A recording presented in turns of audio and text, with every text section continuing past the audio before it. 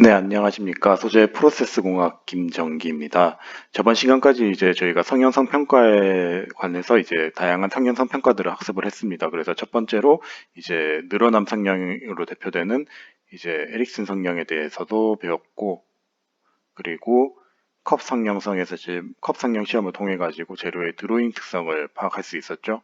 네, 그래서 드로잉 특성에 대해서도 학습을 했고, 그리고 이제 이 두 개가 이제 늘어남 특성이랑 드로잉 특성을 이제 따로따로 나타내는 시험 방법이라고 하면은 이제 그 드로잉 특성과 늘어남 특성을 동시에 보여줄 수 있는 시험법인 이제 FLD, 네, 성형 한계도, 네, 성형 한계 도에 대해서 말씀드렸고, 마지막으로 이와는 별개로 이제 재료의 시어 변형, 그러니까 뭐 재료의 약간의 이제 전단 변형에 의해서 미세 크랙이 살짝 나 있는 재료들이 거의 대부분인데, 이런 재료들에서 스탬핑 공정을 했을 때 뭐 굽힘이랑 신장이 동시에 발생하는 영역에서의 이제 플랜지 특성을 평가하기 위해서 제일 많이 활용하는 시험이 바로 구멍 확장성 시험이라고 했습니다. 그래서 그런 시험들을 다 통틀어 가지고 이제 결국에는 그 판재 성형성 평가라고 얘기를 하게 되고, 이 판재 성형성 평가를 하는 이유 중 하나는 결국에 우리가 판재 성형을 하기 위해서겠죠.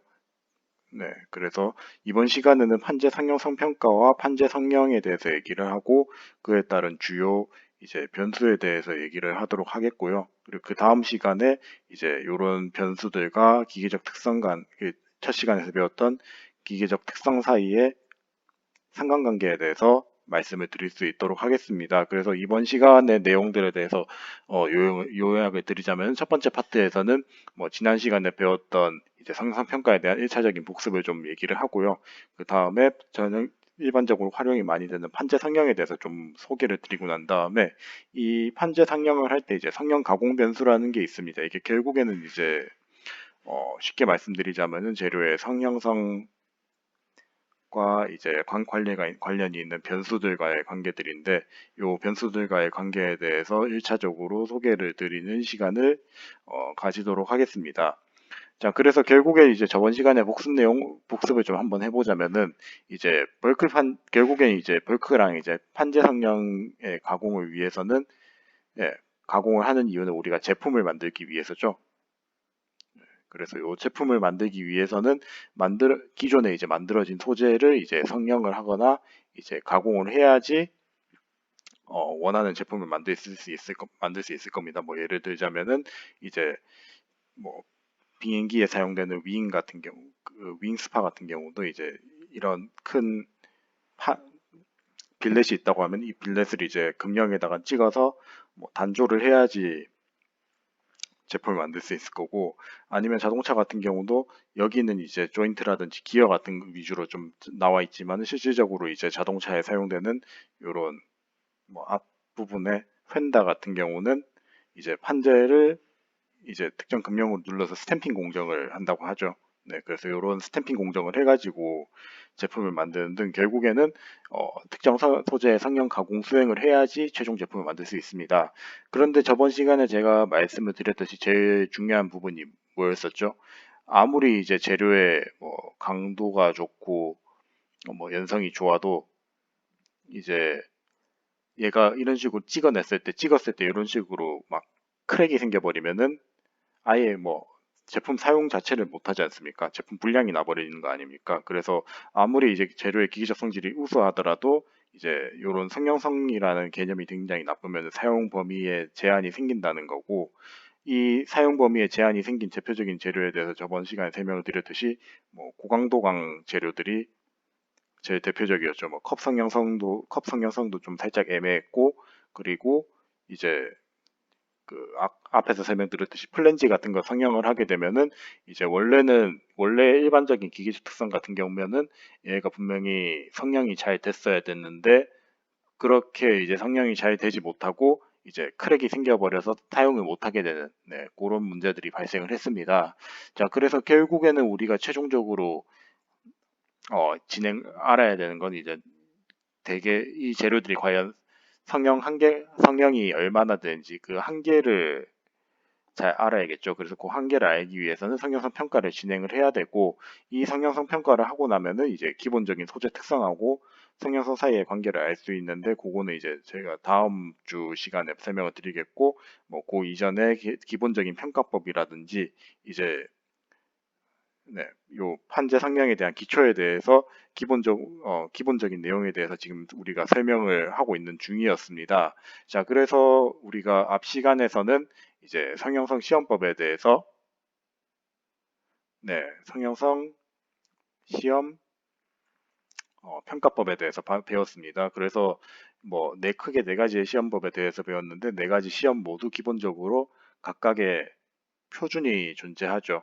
그래서 뭐 에릭슨 시험을 예를 들자면은 여기 폭이 네, 이렇게 있다고, 뭐 요 전체 길이가 27mm라고 하면은 이제 요 D의 길이가 여기 20mm라고 돼 있지만 실질적으로 22.2mm 정도라고 했습니다. 그래서 요 규격 하에서 이제 동일한 재료들끼리 평가를 하게 되면은 요 H 값을, 그러니까 요 H가 결국에는 저번 시간에 말씀드렸던 리미트 돔 하이트, 그러니까 한계 돔 높이라고 하는데, 이 돔 높이와 돔 높이를 이제 다른 재료들끼리 1대1로 비교를 할 수 있겠죠. 근데 만약에 이 구의 이 두 개의 규격이 뭐 달라져서 한 30mm, 한 40mm가 돼버렸다고 생각을 해봅시다. 그러면은 이거를 여기서 나온 결과 1과 결과 2가 동일하게 동일선상에서 비교가 안 되겠죠. 그래서 비교가 안 되기 때문에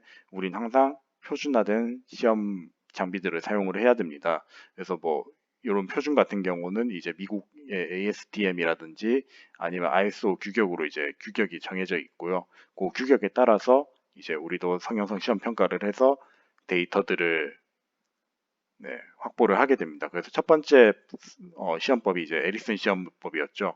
그래서 에릭슨 시험법 같은 경우는 결국에는 이제 저번 시간에도 말씀드렸듯이 구형의 펀치를 밑에서 위로 쭉 올려가지고 판재를 이제 막 양쪽으로 다 늘리는 방법이라고 늘려서 이제 시험 평가를 하는 방법이라고 했습니다. 그래서 요 평가 방법 같은 경우는 재료의 신장 상형, 네, 신장 상형성, 뭐다 좀 쉽게 말하면은 늘어남을 평가를 하는 시험 방법이라고 제가 말씀을 드렸고요. 요 시험을 하고 나면은 이제 결국에는 어느 시점에서는 재료가 우리 인장 시험 하듯이 특정 부분에서 변형이 집중이 돼서 이제 네킹이 이런 식으로 이제 형성이 되고 끊어지게 된 현상이 요 재료에서도 발생을 하게 되고, 주로 나타나는 부분은 요 부분, 네, 제 윗부분에서 잘 안 나타나고 이 옆부분에서 많이 나타난다고 했습니다. 그래서 한 가지 특이한 점은 여기서는 얻을 수 있는 지표가 두 개의 높이 지표가 있습니다만은 대체로 비슷비슷하긴 합니다. 비슷비슷하긴 한데 이제 기준이 다른 두 가지의 지표가 나와요. 그래서 첫 번째로 이제 뭐 재료가 이런 식으로 바닥에 붙어 있다고 하면 요 바닥에서 요 크랙까지의 높이인 IE라는 지표가 존재를 하고, 요 IE는 에릭슨 인덱스의 약어입니다. 그리고 그 두 번째로 리미트 돔 하이트라고 해가지고 요 바닥부터 최대 이동 거리까지의 높이를 이제 ADH라고 우리가 얘기를 하게 되고요. 두 가지의 지표가 있는데 IE 지표 같은 경우는 주로 보시게 되면 크랙까지의 높이를 또 따로 우리가 재야 되는 불편함이 좀 존재를 합니다. 그래서 일반적으로 우리가 ADH를 조금 더 많이 보게 됩니다. 왜냐하면 ADH 같은 경우는 펀치가 여기 닿았을 때부터 요 끝까지 갔을 때 여기가 깨질 때까지의 높이만 측정을 하면은 쉽게 나오는 값이다 보니까 ADH를 좀 더 선호를 하고요. 그리고 뭐 가운데 그림을 보시면 아시겠지만은 1, 2, 3번의 재료가 있으면은 ADH가 어디가 제일 높은가요? 지금 2번이 제일 높고 그 다음이 1번이 높고 그 다음이 3번이 높죠. 그래서 이런 식으로 이제 높이 간의 비교를 통해 가지고 소재의 성형성의 비교가 가능하다는 점, 네, 그렇게 일단 기억을 하시면 되겠습니다. 그래서 이게 이제 에릭슨 시험의 첫 번째 에릭슨 시험에 대한 요약이었고요. 두 번째로 이제 컵 성형 시험이 있겠습니다. 그래서 컵 성형 시험 같은 경우는 이제 판재를 여기 금형에 끼워 놓고 난 다음에 펀치로 쭉 밀어 가지고 컵을 만드는 공정이라고 우리가 얘기를 했습니다. 그래서 이런 컵을 만들 때 보게 되면은 깊이가 깊은 컵을 만들 수도 있고 깊이가 얕은 컵을 만들 수도 있겠죠. 그래서 요 두 개의 그 지름이 동일하다고 가정을 했을 때 서로 다른 이제 크기의 판재를 활용을 하게 되면 이런 식으로 높이가 다른 컵을 만들 수 있게 될 건데 이 높이가 다른 재료에 따라서 얇은 컵을 만들고 이제 깊은 컵을 만들 수도 있는 재료가 있는 반면에 얇은 컵을 만들 수 있는데 얘는 못 만드는 그런 재료들이 존재를 할 겁니다. 자, 그래서 그런 식으로 이제 결국에는 이제 전체 그 지름이 얘는 D1 그리고 얘는 D2의 판재로 만들었다고 하면은 이제 D1 오버 D의 드로잉비를 가지는 재료랑 뭐 D2 오버 D의 드로잉비를 가지는 재료들이 다 각각 다를 겁니다. 그래서 결국에는 이 시험법을 통해서 얻고자 하는 거는 요 드로잉비가 계속 바뀔 때 과연 어느 시점에서 깨지느냐에 대해서 우리가 얘기를 많이 한다고 했습니다. 그래서 서로 다른 크기의 판재들을 여러 개를 이제 테스트를 쭉 해가지고 이제 어느 시점에서는 깨지게 될 건데 그때 깨질 때의 그 힘 로드를 이제 일정하다고 정해놓고 이제 서로 다른 크기의 판재들을 그 시험을 하게 되면 이런 식으로 이제 선형적으로 이제 증가를 하게 될 건데 요때 교점을 이제 그 LDR이라고 해서 리미트 드로잉 레이시오라고 해서 이 소재가 드로잉을 할 때 이제 한 개 드로잉 비율이라고 얘기를 하게 됩니다. 네, 그래서 이런 식으로 이제 한 개 드로잉 비를 이제 정의를 하게 되고 이 한 개 드로잉 비 정의가 되고 나면은 이제 결국엔 이제 그 각각의 소재에 따라서 ADR이 다를 거니까 만약에 이런 식의 이제 깊은 모양의 캔을 만든다고 가정을 하면은 이제 드로잉이 가능한 재료가 있을 거고 드로잉이 불가능한 재료가 있겠죠. 그거를 이제 구분을 할 수 있게 된다는 거고요. 그리고 이제 그 만약 그리고 우리가 이런 걸 성형을 할 때 보면 결국에 판재를 이제 활용을 하게 되는데 이 판재들 같은 경우는 이제 아변을 하잖아요. 아변을 하게 되면은 그 이 안에 이제 특정한 결정이라는 친구들이 있다고 하면은 이 결정들이 점점 늘어나서 네, 이런 식으로 쭉 늘어나게 됩니다. 늘어나게 되는데 요 늘어난 게 뭐 이쪽 늘어난 상태에서 이쪽 방향으로 이제 당기는 거랑 이쪽 방향으로 그 땡기는 거의 특성이 다릅니다. 그 특성이 다른 상태에서 이제 똑같이 눌러주게 되면은 뭐 이쪽 방향으로 조금 덜 늘어나겠고 이쪽 방향으로 더 늘어날 수도 있고 뭐 그렇게 되겠죠.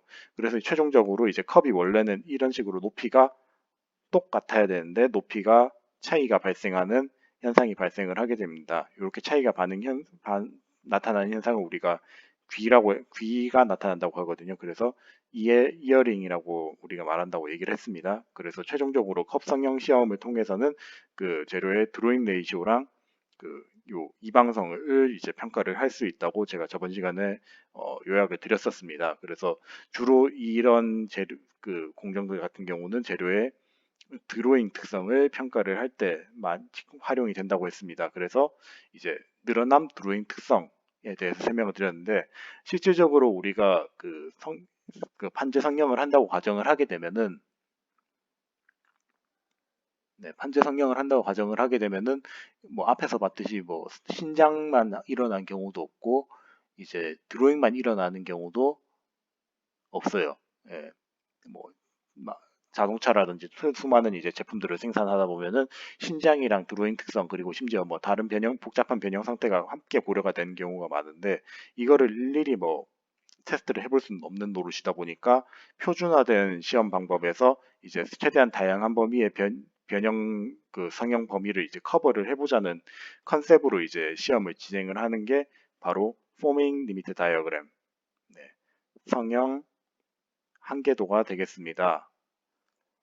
그래서 이 성형 한계도에 대해서 좀 저번 시간에도 설명을 드렸듯이 시편의 형상이 서로 다른 시편들을 사용을 하게 되면은 이 시편 같은 경우는 이제 아까 앞에서 봤듯이 에릭슨 시험하고 유사하게 모든 방향으로 다 늘어나겠지만은 얘 같은 경우는 이쪽 방향으로는 충분히 늘어날 수 있는데 얘 같은 경우는 뭐 오히려 수축이 일어날 수도 있을 거고 이거보다 살짝 넓은 시편이 있다고 하면은 얘는 늘어나고 이쪽으로 늘어나지도 않고 줄어들지도 않는 뭐 이런 상태도 존재를 할 수 있어요. 그리고 얘 같은 경우는 인장 시험처럼 이런 식으로 늘어나고 얘는 수축이 많이 일어나는 그런 다양한 패턴들을 가질 수 있습니다. 그래서 이런 식으로 다양한 그 변형형 분포를 가지는 시편들을 이제 활용을 해가지고 요 시편들이 깨지는 시점에서의 이제 변형류들을 이제 카메라를 이용해가지고 측정을 하게 되는데 요 측정한 데이터들을 이제 뭐 여기는 위험해라고 하면서 X로 표시를 하고 여기도 위험해 X, 여기도 위험해 X, 여기도 위험해. 아 여기는 좀 애매한데 요 그래도 좀 애매한 것들은 이제 세모로 이제 표시를 막 해가지고 이제 그리다 보게 되면은 거의 대부분의 이제 변형 범위 그러니까 아까 말씀드렸던 이제 그 늘어남 영역하고 이제 드로잉 영역까지 다 포함한 범위에서의 이제 성형 한계를 이제 파악을 할 수 있습니다. 그래서 이런 전반적인 이제 그 늘어남 플러스 드로잉 상태 뭐 여기 풀 하면은 이제 평면 변형 상태까지 이제 다 포함이 되는데 뭐 이런 것들을 전부 다 죄다 포함을 해가지고 이제 성형 한계를 나타낼 수 있는 그림이 바로 요 그림이 되겠고 뭐 저번 시간에도 말씀드렸지만 실제로 이런 그림이 나온다고 하더라도 우리가 이제 성형 공정에서 활용 가능한 그 변형률의 범위는 대략 한 요 정도 된다고 했어요. 그래서 세이프 오밍 리전 요 안에 들어가야지 좀 안전한 성형이 된다고 얘기를 많이 하게 됩니다. 네. 그래서 이런 식으로 이제 포밍 리미트 다이어그램을 활용할 수 있다라고 생각을 하시면 되겠어요. 그리고 이제 마지막으로 구멍 확장 시험에 대해서 우리가 많이 확인을 했는데 구멍 확장 시험 같은 경우는 이제 앞에서 성형 한계도 안에서 이제 성형을 진행을 했어요. 네, 성형을 진행했는데도 깨지는 경우가 존재를 합니다. 어떤 경우냐면은 우리가 판재가 이런 식으로 있다고 하면은 그 판재를 어느 정도 살짝 잘라내고 그러니까 펀치 같은 거를 이제 잘라내고 이제 눌러가지고 이제 제품 휀다를 이런 식으로 이제 만든 경우가 있다고 하면은 이 휀다가 원래 요쪽 부분에서 그 깨지면 안 되는데 어 막상 성형을 해보니까 깨지는 상황이 계속 존재를 하는 거예요. 그래서 이런 식으로 이제 그 그 전단을 주고 난 다음에 압축 그 금형을 만들게 되면 양쪽 인장이 동시에 걸리는 상황이 발생을 하게 되는데 요런 성형을 이제 우리가 플랜지 성형이라고 얘기를 한다고 네, 플랜지 성형이라고 한다고 우리가 저번에 얘기를 했었습니다. 그래서 요런 성형 같은 경우는 이제 기존에는 뭐 요 판재 옆에 여기 그 미세한 크랙들이 펀치 때문에 미세한 크랙이 펀치를 안 하기 때문에 미세한 크랙을 거의 만들지 않는데 얘 같은 경우는 이제 펀치를 해가지고 전단 변형을 줬다 보니까 이런 식으로 이제 미세한 크랙들이 많이 가 있는 상태예요 이미. 그래서 이런 미세한 크랙들이 실제로 이런 식으로도 그 성형 시험을 하게 되면 이런 식으로도 좀 많이 보이게 되는데 이런 미세 크랙이 있을 때 재료가 그 신장 뭐 플랜지 변형을 하게 되면은 어떻게 변하는지를 정량적으로 이제 평가하기 위한 방법이 결국은 필요할 겁니다. 왜냐하면은 이런 것도 뭐 A라는 재료 일일이 평가하고 B라는 재료 일일이 평가하고 C라는 재료 일일이 평가해가지고 얻을 수 있는 부분은 좀 아니다 보니까 이것들을 이제 동일한 선상에서 좀 비교할 수 있는 시험 방법이 필요한데 그 시험 방법이 바로 이제 그 시험 방법 중에 제일 많이 활용하는 시험 방법이 바로 구멍 확장 시험입니다. 그래서 이 구멍 확장 시험에 대해서 좀 설명을 드리자면은 저번에 말씀드렸듯이 구멍을 이제 펀치로 뚫어요. 이 앞에서 이런 식으로 이제 전단 변형하고 똑같은 과정이 되겠죠. 그래서 이 상태에서 이제 그 꽃갈 모양의 펀치를 이제 위로 쭉 올리게 되면은 이제 아까 전과 동일하게 이런 식으로 이제 플랜지 변형 상태가 되겠죠. 그래서 이쪽으로 점점 이제 늘어나면서 이쪽으로는 굽어지는 형태의 변형이 발생을 하게 되고 이게 인장 변형이 계속 있다 보면 언젠가 여기 있던 마이크로 크랙들이 점점 성장을 해가지고 벌어져서 균열이 발생하는 단계가 도달을 하게 됩니다. 이때 시험을 이제 끝낸다고 제가 저번에 말씀드렸었습니다. 그래서 이런 식으로 이제 그 최초 이제 균열이 형성될 때까지의 이제 어, 가공을 해서 요 초기 구멍 넓이랑 이제 낮은 구멍 넓이를 이제 비율로 나타내서 구멍 확장률이라고 정량화를 하는 시험이 바로 요 시험이 되겠고 요 시험에서 이 HR의 크기가 커지면 커질수록 네, 그 플랜지 성형이 잘 된다고 얘기를 했었습니다. 네, 그래서 이런 식으로 크게 네 가지 테스트에 대해서 얘기를 했었고, 마지막 파트에서 각각의 지표에 대해서도 정리를 했었죠. 그래서 요 IE랑 ADHD 같은 경우는 이제 에릭슨 시험 에서 얻을 수 있다고 했었고, 이 IE가 커지면 커질수록 판재 늘어남 성형성이 좋아진다고 했고, 그리고 ADH도 매 한 가지라고 했습니다. 결국엔 왜냐하면 IE가 늦게 일어나서 높게 일어나면 높게 일어날수록 ADHD 역시 커지기 때문에 그렇게 되는 거예요. 그래서 이 두 가지의 지표가 커지면 커질수록 성형성에 네, 좋다고 얘기를 했습니다.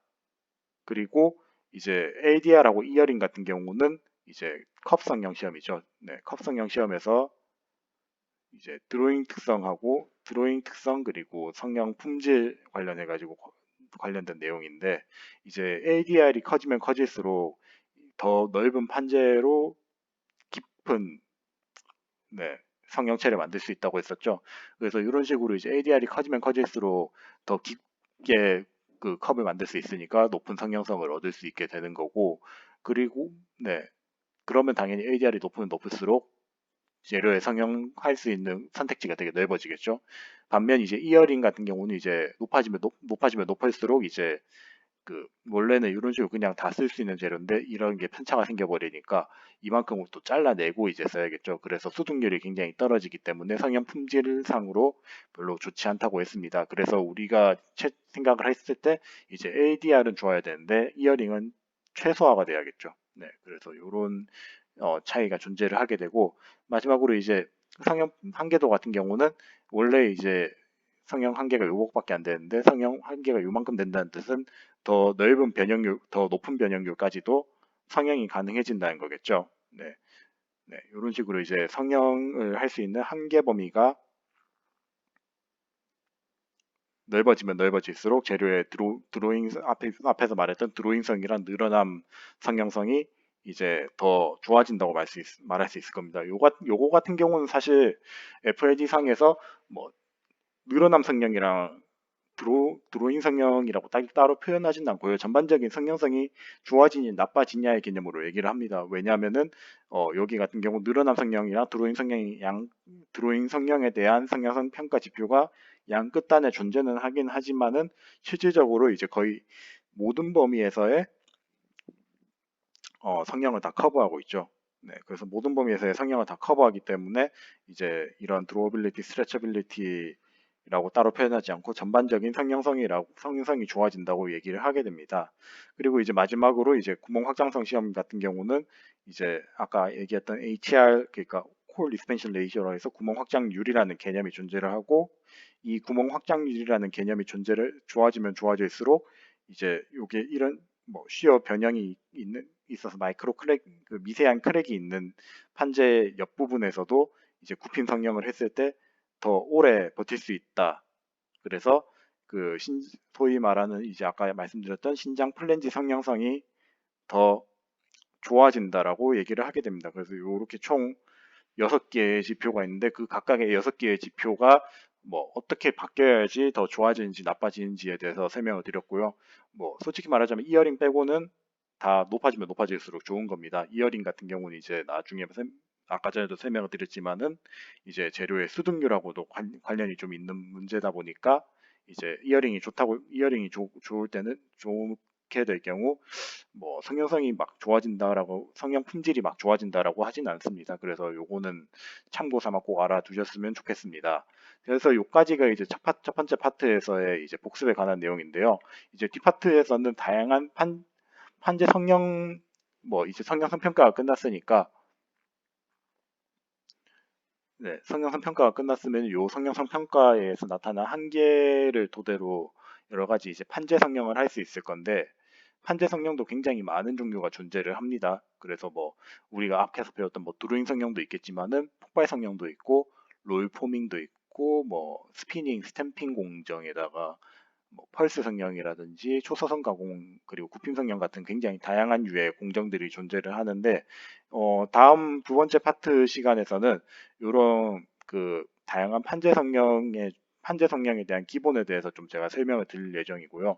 그래서 대표적으로 굽힘 성형이랑 이제 롤포밍 공정, 뭐 드로잉 공정, 네, 스피닝 공정의 초섬선 가공, 스탬핑 폭발 성형과 같은 이제 다양한 종류의 공정에 대해서 좀 설명을 드릴 예정이고, 각각의 이제 그 성형에서 좀 중요하게 생각돼야 되는 부분들, 그러니까 뭐 얘 같은 경우는 이제 성형했을 때 어떤 결함들이 나타날 수 있는지에 대한 내용들도 있을 거고, 그리고 이제 뭐 드로잉을 했을 때 이제 원래 드로잉 비율을 이제 획득하기 위해서 할 수 있는 여러 가지 이제 공정들이 존재를 하는데, 그 공정 변수에 대한 제어 부분에 대한 내용, 그리고 그리고 뭐 이런 판재 성형들이 실질적으로 어디 쓸 수 있는지 등의 이제 네, 주요 어플리케이션하고 이제 공정 중 네, 결함 응용 부분을 위주로 좀 설명을 드릴 수 있도록 하겠습니다. 자, 그래서 뭐 다음 시간에는 판재 성형에 대해서 간단하게 설명을 드리고, 이에 대한 이제 각각의 공정에 대한 소개를 드리는 시간을 가지도록 하겠습니다. 그럼 다들 고생 많으셨고, 다음 시간에 뵙겠습니다. 감사합니다.